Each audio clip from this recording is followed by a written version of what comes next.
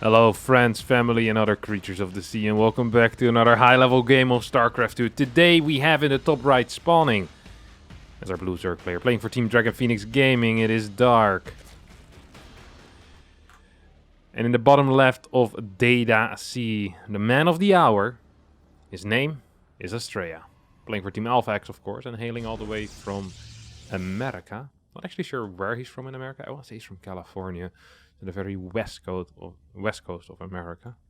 For the people who are not too familiar with the United States, the United States of America is a country. I think it's maybe in the top 4 of top 5 countries when it comes to square kilometers. It's a very large country. It's about 330 million inhabitants, and yeah, you basically have a west coast and an east coast, and you have a middle part as well.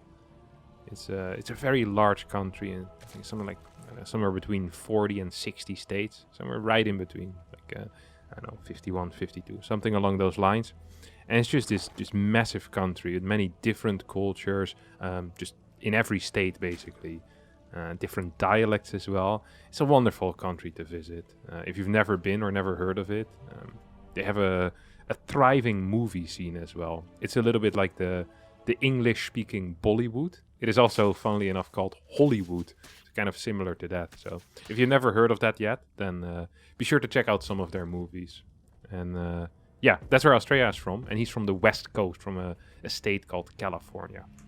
So with that information in the back of our minds, we'll have to watch this game. Data C here. Dark versus Astrea. Ooh, I missed the early game because I was making a very mediocre joke that lasted a little bit too long.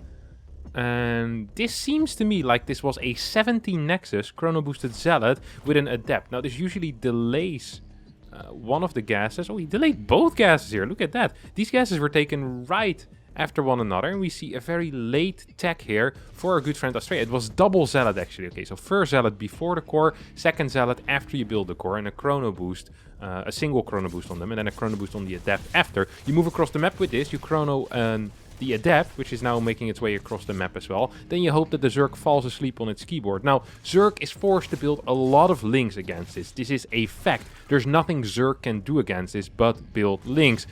Astrea, I don't really think you want to be losing any of these Zealots for free. He's going to end up losing one. Lost 2 probes as well. I guess this Ling in the main base with 1 kill has something to do with that. And it wouldn't surprise me if there was a little friend over there that also had something to do with that. Now, this is kind of a weird early game often, because Zerg is forced to build a lot of links, not 16 links. When I say a lot of links, I mean 8, 10. On a very bad day, maybe 12, Astrea. Careful, my friend.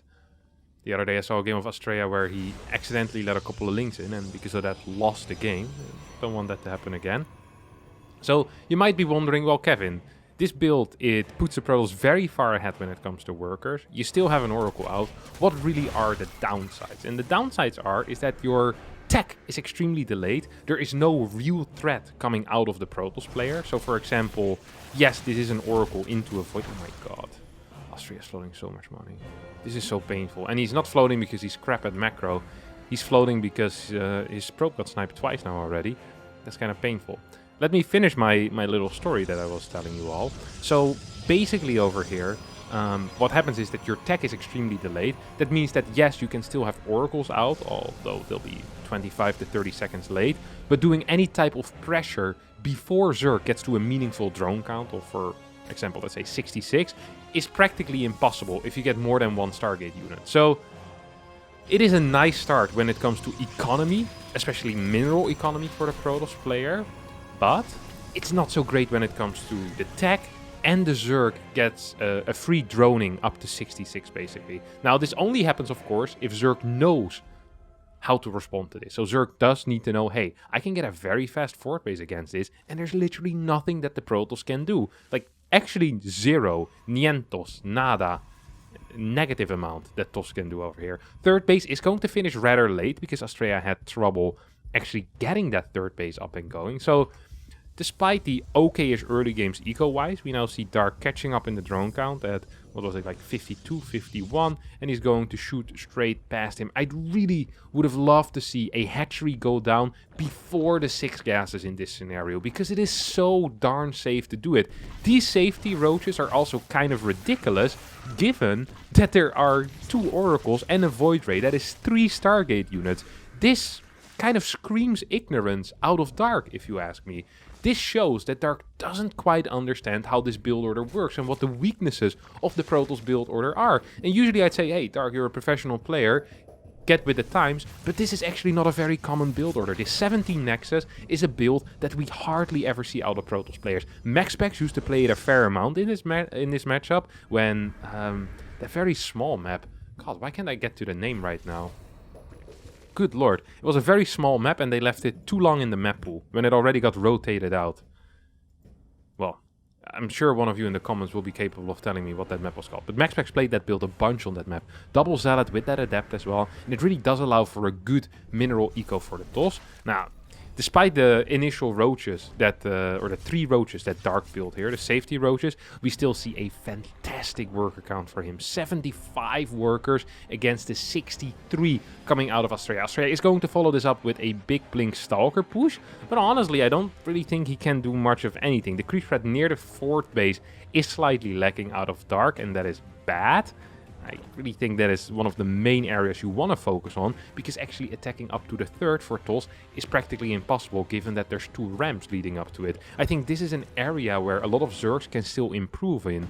They often push creep very far away from their 3rd base, especially on this map, while their 4th base is way more important, so you probably want to start up tumors earlier to the left than they have been doing nowadays. Because now, Astrea is just going to take out 1 or 2 tumors, and all of a sudden you pretty much have a free choke to be working with if you're Astrea. Now, it's not really going to matter. Like I said, 74 workers here for Dark, and I mean, he's a crap ton of Ravagers. Fantastic early game out of the Korean Zerg player, honestly. Actually, fantastic early game. Felt like he took his 4th base a little bit too late. His eco probably could have been better. His gases could have been a little bit later, which generally is good eco-wise for a Zerg. And I also believe that a couple of roaches that he built could have been skipped. But except for that, this honestly was picture perfect. Good early game defense. Maybe 4 too many lanes, but I'm not going to blame him for that. He picked off a couple of workers as well with every single lane. 8 workers killed against 5 workers killed. So Dark actually had him workers killed. Ooh, Oracle. Very low right now. This is still in a attackable location. So, Astrea, what are you doing? No! It's gonna go back in. It's gonna lose the Oracle as a result. That revelation was not worth 300 resources, which is of course what an Oracle costs. Now, it wasn't a new Oracle. And just like with cars, you know, they take a little bit of a beating over time. They're not quite worth the exact amount as when you pay for them. So insurance would probably pay out like, oh, for that particular Oracle with like 5 HP remaining, maybe like 75, 50 or something like that, you know, if you pay big premiums. But it's still nice to have it around, you know. It worked for you. You could do your groceries with that Oracle, throw in a revelation, maybe do a defensive stasis. Yeah, it's not great anymore to go racing on the track or killing a couple of drones, but you know, it is detection of a kind, and revelation, stasis, all of that's still completely fine. Double adepts here at this watchtower are going to be taken out, and they will play no role in this game whatsoever, except being sent up to heaven relatively quickly at a very high speed. Colossi is going to be the follow-up here. Double Disruptor, Phoenixes. Excuse me. What is this, 2010? I remember when I first started playing StarCraft 2, Void Ray Colossi was really popular, or Phoenix Colossi in the PvZ matchup. Zerg players would play Roach Hydra Corruptor every single game, until they figured out that the Infestor Broodlord combination was actually impossible to beat. They would never stop playing that. So yeah, these Phoenixes confuse me. I guess Astrea believes that there is Mutas on the way? Not quite sure how he got to that conclusion. He spotted a hive and no spire. 1 and 1, let's make that 6. And let's chrono out 6 Phoenixes as well and get any impulse crystals. Perhaps these are to lift queens or to lift lurkers? If this is, oh my god, if this is a lurker buster build, that actually would be really sick. I've never seen it used like that. It's gonna lift a couple of Ravagers. I mean, there's no Hydras available right now. A couple of Ravagers will get taken out. Imagine you just get an Oracle here. move in with your entire army and you lift all 6 lurkers at the same time. It could actually be a play. It's just not a play that I have seen before, and thus I was a little bit confused. Ooh, Phoenix is actually going to be taking out these Vipers. That is a somewhat big deal. One Viper is going to get an abduct. Phoenix is not participating in the fight, and that is painful. Vipers are going to survive because of that. Really believe that Astrea had an opportunity there. He's building triple carriers already. Has +1 on the cybernetics core done as well. Do we have the Templar archives? Not quite yet. That means that Vipers will reign supreme, at least for the near foreseeable future. I want to say the next 2.5, 3 minutes, they're going to be absolutely fantastic. As long as the Templar Archives is in there. Nidus Network into the main base. Do we have anything here? Double Lurkers, couple of Hydras as well. At the same time, we have an attack moving forward. Blinding Cloud on these cannons is going to disable them. Ooh, snipe on them Vipers. Very, very tricky. Love to see it. Oops, there goes my mouse. Lurkers not with adaptive talents yet is going to finish up just now.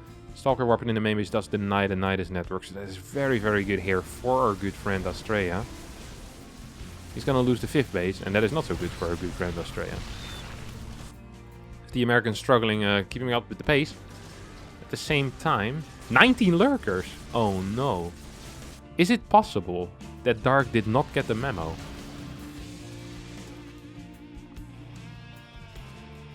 Lurkers don't shoot up. Does he think that because it's a range unit, they will be able to hit air as well? That's what I thought initially.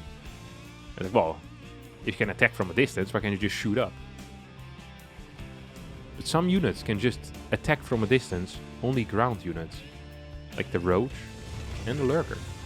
The Marauder, the Reaper. Can you think of any other units? No. Limited imagination over here. This actually is an issue. This is a garbage tier army against 6 carriers. If these carriers had +2, I'd say send it. Send it, pull the trigger. What in the world is Dark going to be doing? Yeah, it's going to be adding more Hydras. The Hydra is a band-aid unit though.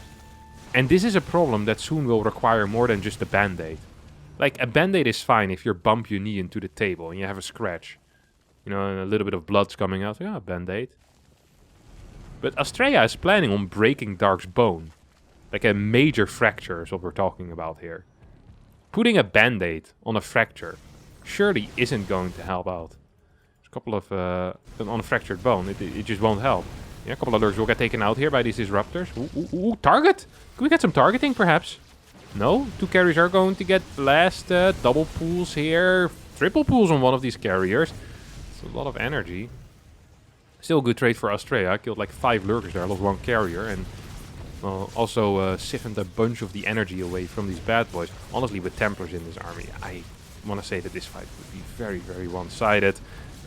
Carriers are trying to just target down the Hydras. Disruptors moving forward. Don't forget, if the Vipers are empty on energy, that means that the Disruptors can move forward and actually deal some damage. Another lurker gets taken out. So despite this looking quite bad and losing these lurkers, I kind of like the position that Astrea is in a lot more than I liked it than, you know, about 2.5, 3 minutes ago. Zealot run by still on the far right side. Ooh. Observer's going to make its way over. Shoots around it so they can't, you know, leave. Oh well. I guess Dark says I can actually just win this fight. I don't think I need to get up. You have 2 spines in the far back as well helping me out. It's definitely helping out. 11 lurkers, 26 Hydras. Ay, ay, ay.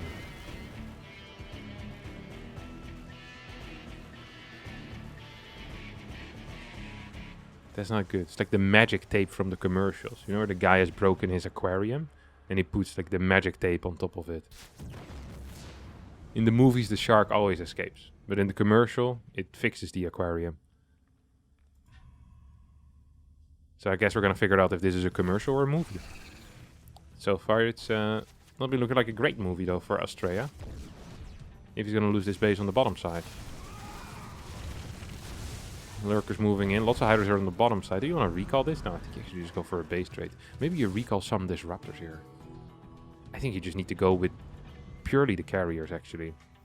At the start. Yeah, you gotta keep the Templar back as well, buddy. Just target down the Lurkers from a distance. Don't want to be running in these Templar. Do not want to be losing them. Actually, the Observer could have been target fired down. Luckily, Dark was not quite paying attention. Well, Vipers make their way back home. I didn't see it. Neither did our good friend Astrea.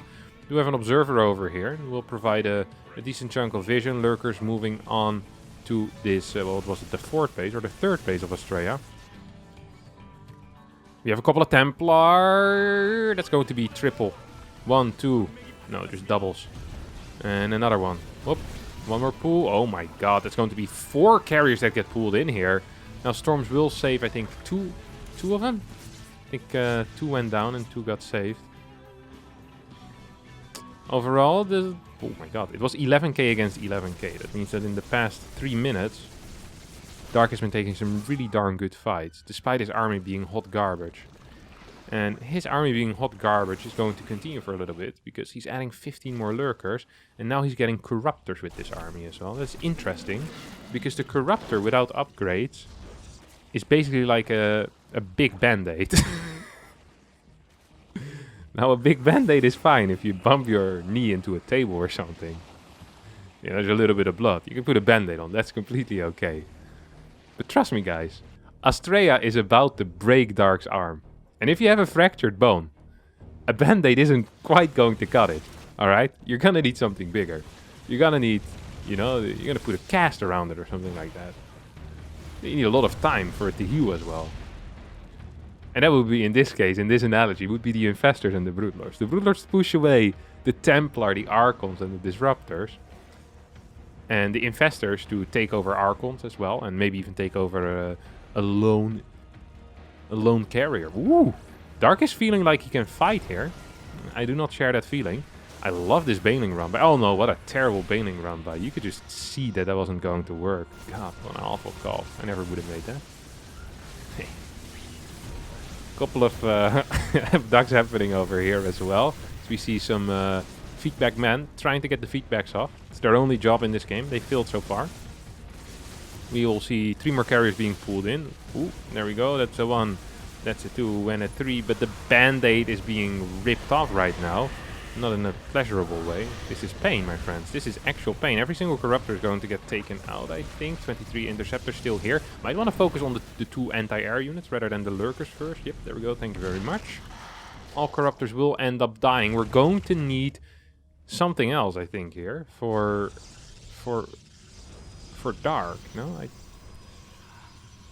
I think there needs to be something that isn't lurkers on the ground. There needs to be anti-ground that isn't lurkers. Lurkers allow for a lot of bases because they're a little more mobile than Broodlords, but they also just don't trade as well, especially once we get to the lower worker count. Right now it's still fine, but once there's like legit 12 carriers or something like that, that's going to be really, really bad. This type of stuff also just freaking sucks for Dark. He's going to lose a couple of lurkers. He's going to lose this spore ball. And these corruptors, they have what, 2-2 upgrades? 2-2 upgrades against +3 attack. A couple of void rays here as well to help against them, corruptors. Lurkers now make their way over towards the right side. The probe should have seen that coming. This is an interesting burrow. Oh my god, I love this so much! Astrea says, hey, you can take out that base, that's fine. I have 5 bases extra after that one dies. But what can you do right now against my carriers? Well, if Astrea isn't microing his units whatsoever, I guess you can just snipe them one by one. That's going to be absolutely fine. Archons need to move into position to zone these corruptors out. The funny thing is the Archons are zoning out the corruptors. The carriers are zoning out the left side lurkers. That means that, sure, Astrea is going to lose a base, but Dark also is going to lose a base. Is going to lose a lot of drones with it as well. Astrea, adding more and more carriers right now, has a very big army. 5 ultras on the way are definitely going to be helping out. That is also a viable way of playing anti-ground, is by getting Ultra Ling Bane, couple of Infestors in that army as well, and then Corruptors against the air, because Corruptors destroy carriers. Vipers absolutely own Void Rays, as long as there are no Templar or Archons present to attack these air units. And the Templar, of course, against the Viper, and the Archons against the Corruptors. So this is something to keep in mind. I already love that we're seeing preemptive Immortals coming out. If you match the Immortal count, or if you match the Ultra count with Immortals, and you have a decent sized army in the air with carriers, couple of Archons on the ground, you are going to beat this army. This is an army, this Ultra army, that cannot be played into a late game. Unless you play a very dynamic type of game where you're constantly doing run-bys and you're never truly attacking. You're using your Corruptor Viper Force for pickoffs from the sides on carriers. while you're taking out bases with your Ultra Squad. That is a way to play, but this is not a one-time go type of army. At least not the moment Astrea gets a proper army against it. And as a Protoss player, what you want to be doing is you want to figure out how many Ultras there are, and you want to just match that Ultra count with your Immortals. And that is something that's absolutely viable. That is something that you always should be doing. Okay, here we go. This is not quite enough Immortals yet. It's only 3. There is a couple of Disruptors here as well. Vipers are going to get feedbackered. Disruptors not quite hitting. Yeah, this is a big parasitic bomb. And with the Corruptors moving in, we see a perfectly executed local maneuver right now. Carriers will largely stay alive, but the ground forces have been decimated here from Astrea. Overall, probably not even that bad of a fight cost efficiency-wise. It might actually open up an opportunity here on the bottom side as well for our Protoss player. So, nah, I don't like it actually. I really don't think he should have been fighting yet. The moment you see an Ultra army like this, you know that the Zerg needs to get rid of it. Or they need to start playing very aggressive. So you just kind of, you know, you pad up the defenses on the bottom side, you keep your main army near cannons and batteries, and you add into that Immortal count. And then eventually, you're going to be attacking into a Zerg player that's on a high worker count with 8 Ultras, which means that their army is going to suck in a big freaking way. No Vipers in this army, no Oracles either, by the way. This is something that actually has been surprising. Oh my god, are you kidding me? 19 HP on this carrier. Astrea didn't pay attention. You don't really need to pay attention if the other guy flies in with 28 Corruptors and doesn't manage to one-snipe your carriers. In that case, both of you have an issue. I like this play. I really like this play out of Dark, and this is the only correct play as well. There aren't too many options here for Dark. Dark needs to win time. Dark needs to delay this move out, and if he can do that with a run-by like this, then power to him, honestly. 2 Immortals are out right now, more Immortals are being produced. The problem is that these Immortals are too late, which is why I would have preferred a delay in that initial fight for Astrea. Because these Immortals now, they're going to be still fighting against, what, like 4 Ultras, which is great for these Immortals, you know. Power to them. The problem is that there's going to be Broodlords on the way. There's Infestors out, and that means that you've missed your aggressive timing, and your Immortals are going to be largely useless. You much rather have those going into Void Rays or something like that, or a couple of Oracles, or just anything that isn't an Immortal, because Immortals suck against Broodlords in a massive way. Up there we go. One more. Can we get one more? Good lord. Viper's gonna get targeted down. But so do 2 carriers. At the same time, big Ling run by. Do these bad boys have Adrenal Glands? Oh my god, there's so many upgrades. It's covering half the screen. I literally think he has every single upgrade in the game. Burrow, Pneumatized Carapace. 333, Hydra. Do we have Glio? Ah, no Tunneling Claws. God. Do we have Glio Reconstitution, actually? What does that look like, that crap? Yeah, here we go. Glio Reconstitution. So literally only no Tunneling Claws. Everything else is there, I guess. Playable. Definitely playable. Lots of gas being lost for Dark, by the way, which is interesting. Very, very interesting. Because that means eventually he's going to run out of gas.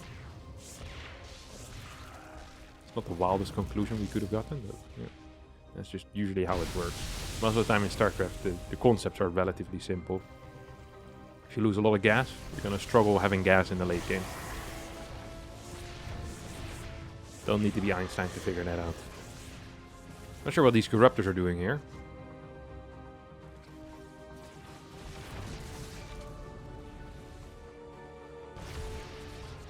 Ten workers going down on the top left side. We have a super battery and 6 zealots waiting to attack.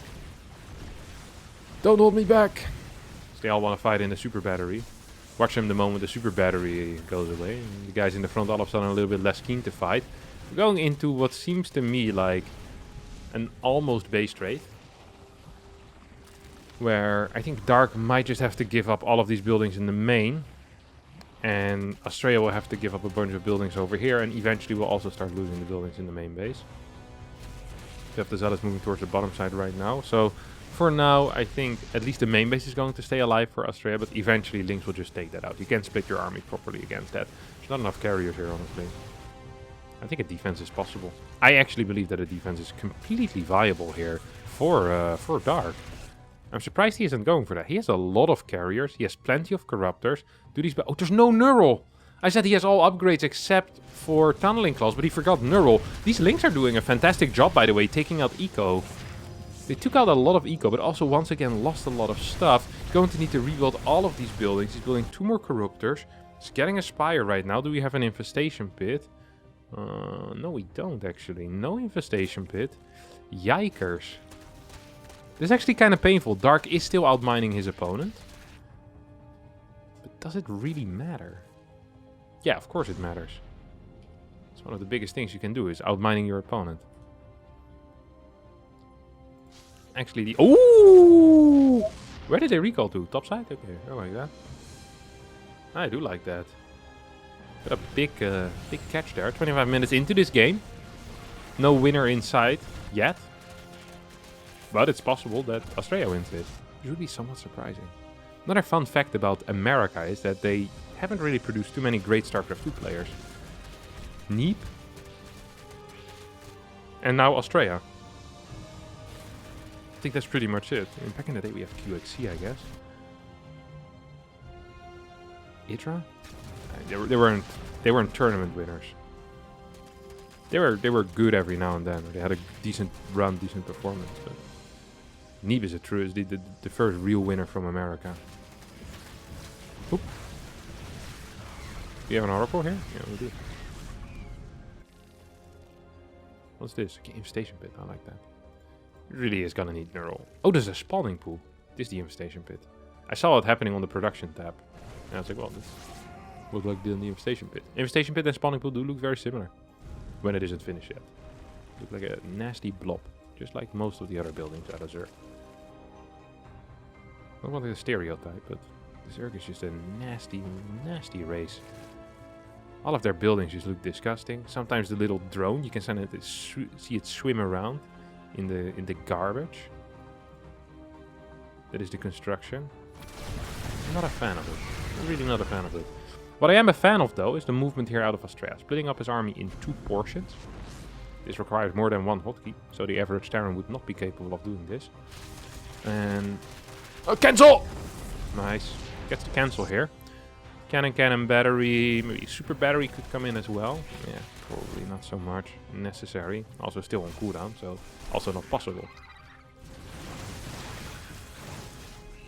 There's a lot of corruptors. Corruptors by themselves, though, not great. You need pools. You need... hello?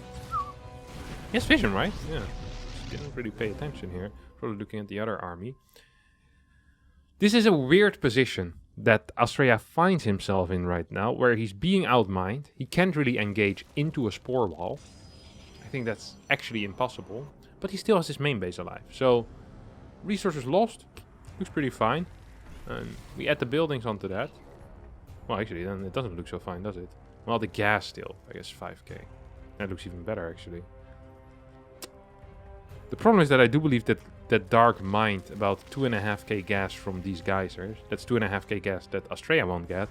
So that's a 5k gas difference. And that makes up for the current 5k gas difference that Astrea lost more. So, probably in the end, gas count is going to be pretty similar. Unless they keep trading like this, then it's not. But right now, Dark has a scary army, my friends. Oh, boy, hello? A couple of carriers just dying here randomly. Banelings at the same time running by. Are going to get a couple of probes over here perhaps as well. It feels like Astrea is getting outplayed a little bit. Is the speed not quite high enough out of the American Protoss player. Ooh. That is a nasty move right there. And this is something we don't actually see very much. Underutilized mechanic of the Zerg race. Of the Banelings. Oh, look at this, look at this. No, you gotta be kidding me. Bam. Ba-da-ba-bam-ba-dam. Da-da-da-da-da-dam. Da-da-da-da-da-da-da-da-da-da-da-da. I was kind of hoping Dark was paying attention. Did we miss a major fight? No. It would have been really sad. Me following 11 probes getting killed and we missed the game-winning fight. Could have happened. We got lucky though. Triple Tempest here in production. Only 1 shield upgrade, only 1 armor for air as well. Astrea just stopped upgrading at some point. I was like, nah, I'm done. It's good enough. What do the other upgrades even do? And honestly, he's probably right. What do the other upgrades even do? The moment you're fighting with your carriers against corruptors, you're not winning a straight up battle. It's either the Archons that are going to be dealing the damage. So yeah, there's no point. Do we have Neural Parasite yet? No, we still don't have it. I'd love to see that. I'd love to see Neural Parasite. The way that most Zergs want to engage, though, is by throwing a fungal on this army and then pulling some Tempest or Carrier into their army. That is usually what we see happen. Ooh, maybe with a flank here. Maybe with a flank. Maybe with a flank. Couple of oracles. 1, 2, and 4. Oh my god, he's just gonna go for it. There's no ground support here. No anti-ground support, I should say. These Corruptors are falling quickly when it comes to life. The Protoss army is falling even faster. Corruptors stay alive. Low HP, but that was a great little engagement there for Dark. Oi, oi, oi, oi, oi. Beautiful stuff. And just like that, wiping Astrea's army off the map. And Dark says, okay, we've had our fun. I have a couple of queens at home. I have infinite time as well. I'm just going to wait and regain health on these Corruptors. And then we can repeat that trick a couple more times for everybody. And you want to dance? We can dance if you want to. I've been dancing for years. It wouldn't surprise me if Dark is really good at hip-hop dancing or something like that. Kind of has the body type as well for hip-hop dancing, you know? It looks like he's flexible, can make some moves. Pew! Quick from left to right. He's the guy at the front of the class that does the counting, you know? And has the weird-looking microphone that only aerobics teachers and hip-hop dancing teachers have. 5, 6, 7, 8. Bam, bam, bam, bam, bam, bam, bam. I can see Dark do that. Fun fact about Dark is that... ooh, wait, we might actually get a fight here. Fun fact for another day. We'll save the fun fact. Because this game is a little bit too exciting. 32 minutes in, and Dark seems to be... Okay, this is great. So, rather than pushing all the way across the map and exposing himself, he's gonna push his creep towards the left side, open up the door, and then most likely build 20 links. And these links are going to destroy the main base here. There's absolutely nothing that Astrea can do about it, except try and break this position. But breaking... Woo! Okay, or Dark falls asleep while at his keyboard for 5 seconds and loses every single Corruptor. That also is a possibility, but not a possibility that a computer managed to simulate. There is a couple of Tempests that do end up falling there, so still probably a good fight here for Dark. Yeah, Dark, despite falling asleep, just has too many units. I mean, Broodlords can actually push forward right now. There's too many Corruptors alive as well. Only 2 Tempests, which means they'll need infinite volleys to kill these Broodies. Can we get one more Tempest down? Yep, we can. We have fantastic upgrades as well on the ground units. I mean, 3, 3, 3, 3, 3. That is 5 threes in a row there. The melee, the carapace, the air, and the air carapace. That means that these broodlings are extremely strong. That means that the impact damage is extremely high, and the armor of the broodlords is also pretty darn solid. And that, my good friends, I'm sad to say, is most likely going to be it. This game kind of... it died out. It was so exciting in the mid game, and then Dark said, okay, we've had enough. I'm going to build units that actually can fight your army. And he won every fight from that point on out. Despite him falling asleep at the keyboard a couple of times, once he gets to the late game, Dark is honestly near unbeatable. Him and Cyril are so ridiculous in this stage of the game. And it shows. Alright, tower's gonna get taken out. We have a run by here. I like the move out of Astrea. It's probably the only thing he can do. They still hear like a single lurker fighting? Yeah. It's like one lurker holding its ground. Like, I've seen the first war! Like 8 kills. Okay, calm down, buddy. No one cares about your opinion. You're sitting at home. You're practically retired. Like when this guy was still fighting, they're still using like actual cannons. You know? This guy might have had a chance against Napoleon, but not nowadays anymore. Idiot. Anyway, this game is completely over. I'm not sure why we're still in it, pretending like it isn't completely over. But Astrea still believes he has a chance. Tempest are gonna get taken out. This is so close. Corruptors flying in right now. Only 22 remaining. And with these 17 Broodlords, I'm not so sure if they can take out the 4 Immortals that are left. This is going to be a close base race, ladies and gentlemen. Oi, oi, oi, oi, oi. What a game. We see the retired lurker over here. Link streaming in. 180 supply against 51. Drones need to be pulled. Is it going to be enough in the defense? Queens moving forward as well. And it feels like Astrea is running out of steam. The final base gets taken out. And GG. Well, yeah, this game ended like 5 minutes ago, 3 minutes ago. Sad. Well, that's going to be it for me today. I hope you did enjoy this. If you did, don't forget to hit the like button, subscribe to the channel, and I'll see all of you next time for a new video. Thank you so much for watching, and bye-bye.